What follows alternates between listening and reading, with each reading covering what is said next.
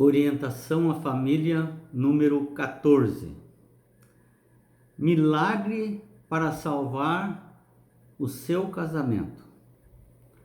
Um dos elementos mais importantes no casamento é o voto que os noivos fazem, afirmando o desejo de permanecerem um ao lado do outro por toda a vida e diante de toda e qualquer situação, em amor, honra e respeito. Certamente é um passo muito importante. Todavia, muitos têm perdido o valor dessas palavras, esquecido. Jesus tinha um interesse todo especial no casamento. Seu primeiro milagre ocorreu numa festa nupcial. É verdade que muitos casamentos precisam de um verdadeiro milagre. Mas se Cristo fez esse milagre no passado, Ele também poderá transformar vidas hoje. O que fazer para revitalizar o compromisso estabelecido lá no altar? 1 Coríntios 11, 8, 11 e 12 nos aconselha: nem a mulher é independente do homem, nem o homem é independente da mulher, porque todos vêm de Deus. Faça do seu relacionamento um compromisso, não uma experiência para ver se vai dar certo. Para que um casamento dê certo, deve-se lembrar que o homem e a mulher dependem um do outro. Hebreus 13, 4. Digno de honra seja o matrimônio, bem como o leito sem mácula, porque Deus julgará os adúlteros. Até nossa sexualidade deve ser motivo de honra para Deus. Ao invés dos apelos pornográficos de nossos dias, a intimidade do casal deve ilustrar a relação íntima que Deus quer ter com o seu povo. Um relacionamento de respeito, de ordem. 1 Coríntios 7, 4 e 5, o corpo do marido é da mulher, e o corpo da mulher pertence ao marido. Não vos priveis um ao outro, para que Satanás não vos tente por causa da ausência de sexo. O casal deve conversar entre si sobre a questão do sexo, para que o inimigo não encontre espaço para tentar um ou outro ou os dois elementos do cônjuge. Efésios 5:31. O homem deixará seu pai e sua mãe, e se unirá à sua mulher, e os dois se tornarão uma só carne. A ordem bíblica é que o novo casal deixe pai e mãe para formar um novo lar.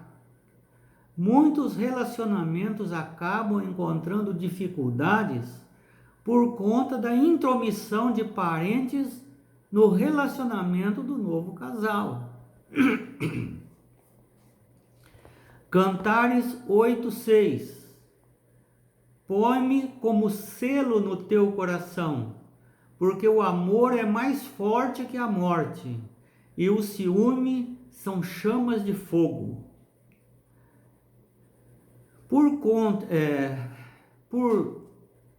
Como selo no coração, colocar como selo no coração significa dizer que seu coração já tem dono. É preciso afirmar diariamente o seu amor por ele ou por ela, através de atitudes. Todavia, cuidado com o ciúme. Um pouco de zelo é normal, mas o excesso de zelo pode causar grandes dificuldades.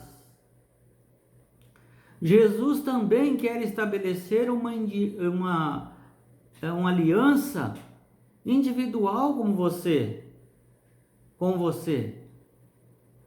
se fosse um matrimônio. Jesus convida você. São João 1,43, como se fosse um namoro, não é? Jesus encontrou Filipe e lhe disse: segue-me. Quando você encontrou sua esposa, ou a esposa te encontrou, um dos dois fez o pedido: vamos namorar? Então foi o primeiro pedido, dependendo agora da resposta. É o que Jesus fez com Filipe: segue-me. Em Mateus 16, 24, diz: se alguém quer me seguir, a si mesmo se negue, tome a sua cruz e segue-me. Veja que há um compromisso. Houve um pedido de namoro. Você quer me namorar? Se você quiser, leve a sério. Vamos ter alegrias, dificuldades. Vamos enfrentar juntos tudo isso? Se você quiser, precisa ter sacrifícios e compromissos e responsabilidades. Qual é a decisão que o Senhor espera de nós? Josué 24, 15. Eu e minha casa serviremos ao Senhor. É como se fosse a resposta do namoro. Já que foi feito o chamado, a proposta, as condições, agora precisa ter a resposta. E a resposta veio: sim, eu aceito namorar você. Eu aceito casar com você.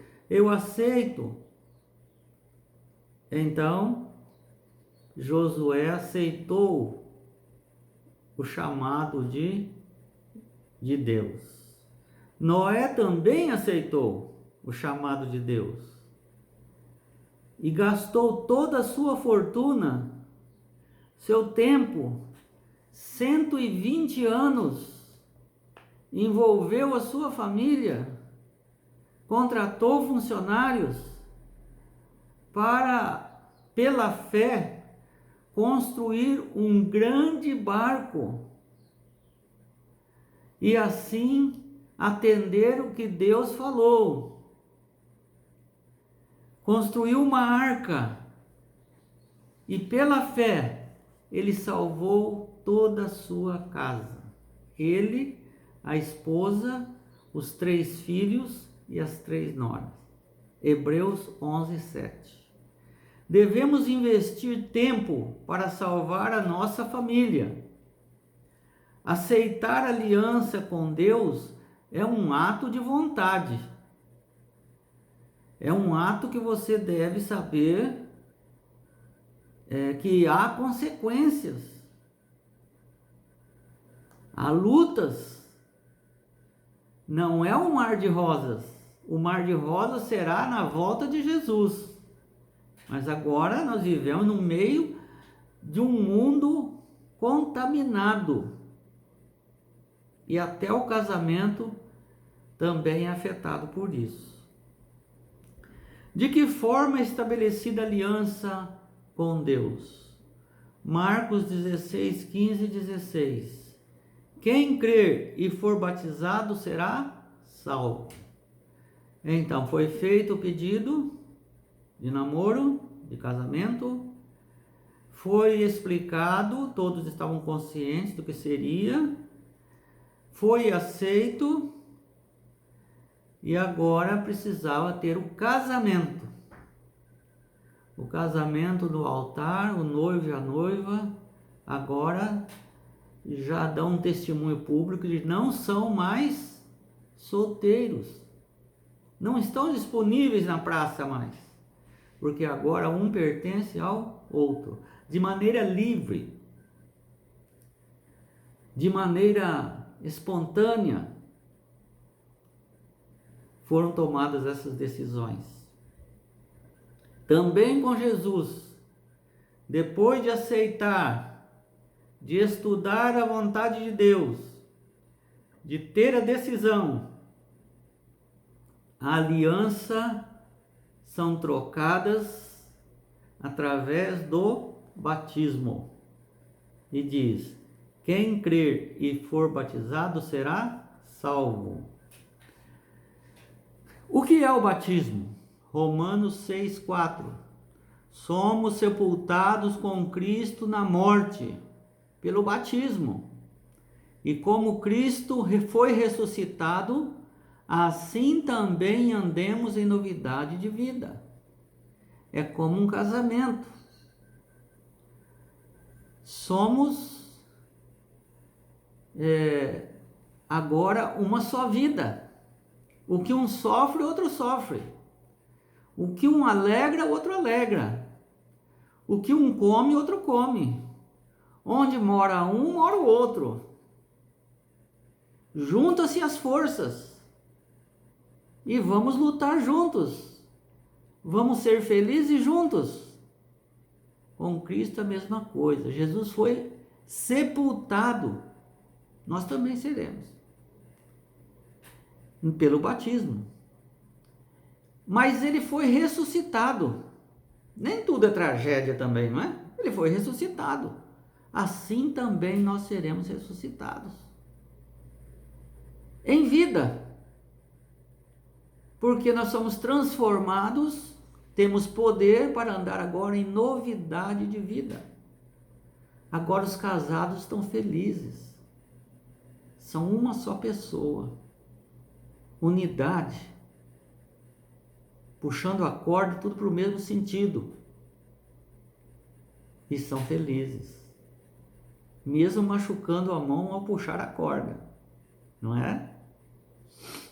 O batismo bíblico representa a morte para a velha vida e o nascimento para uma nova vida em Cristo. Por isso que ele é por imersão.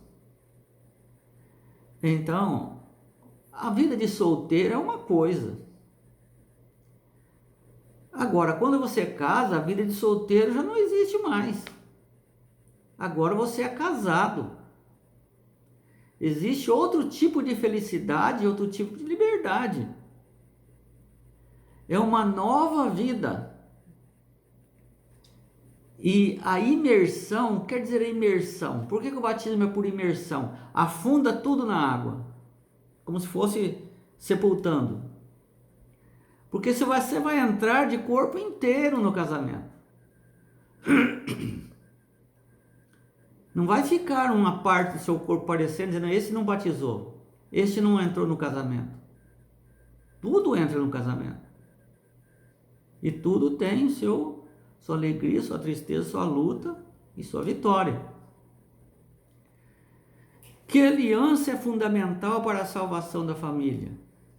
Atos 16, 30 e 34 relata quando Paulo estava preso e cantava ali e tal, e o anjo veio ali, deu um terremoto, caiu tudo, mas ninguém escapou.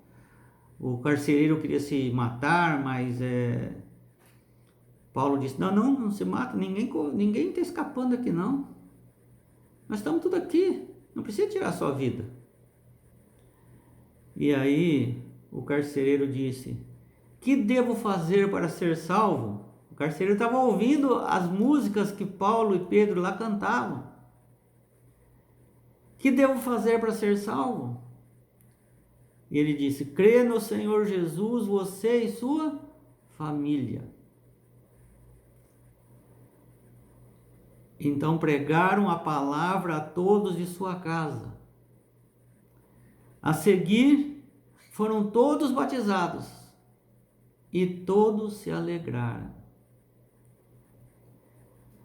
Deus valoriza a família, já que Ele é o Criador da família. Deus quer estabelecer uma aliança de salvação com toda a família, não é só você. 1 Timóteo 2,4. São recíprocos os compromissos assumidos pela aliança espiritual que celebramos mediante o batismo, assim como o casamento.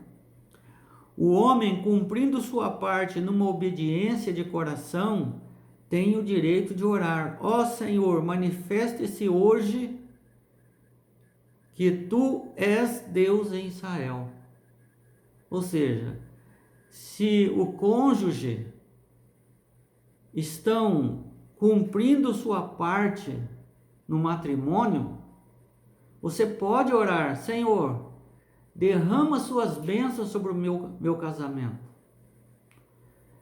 Mas se por um acaso não estão cumprindo, poderão dizer: Senhor, nos perdoe, queremos reiniciar tudo isso. Nós desviamos, caímos, precisamos recomeçar, precisamos de uma segunda chance. E Deus irá apagar o nosso passado e começar tudo de novo. O fato de que fomos batizados em nome do Pai, do Filho e do Espírito Santo é uma garantia de que essas potências nos assistirão em todos os nossos apertos, quando quer que os invoquemos. Então, quando nós casamos em nome do Pai, do Filho e do Espírito Santo.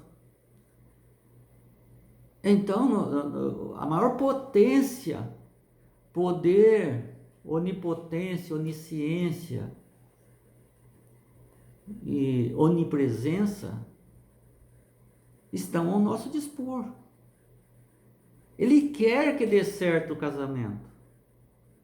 Por isso, ele sempre vai perdoar,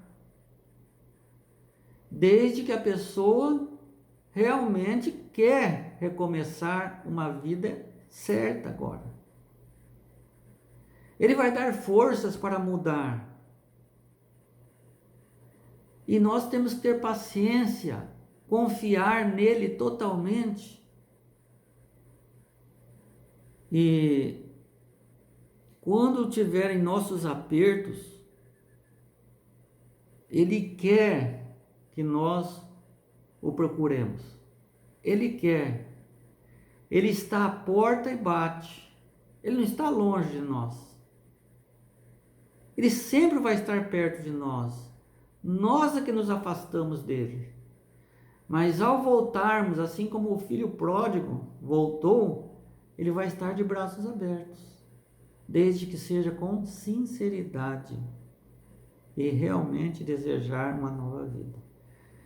Que seu casamento e o meu casamento sejam muito felizes, e nosso casamento com Jesus Cristo da mesma forma.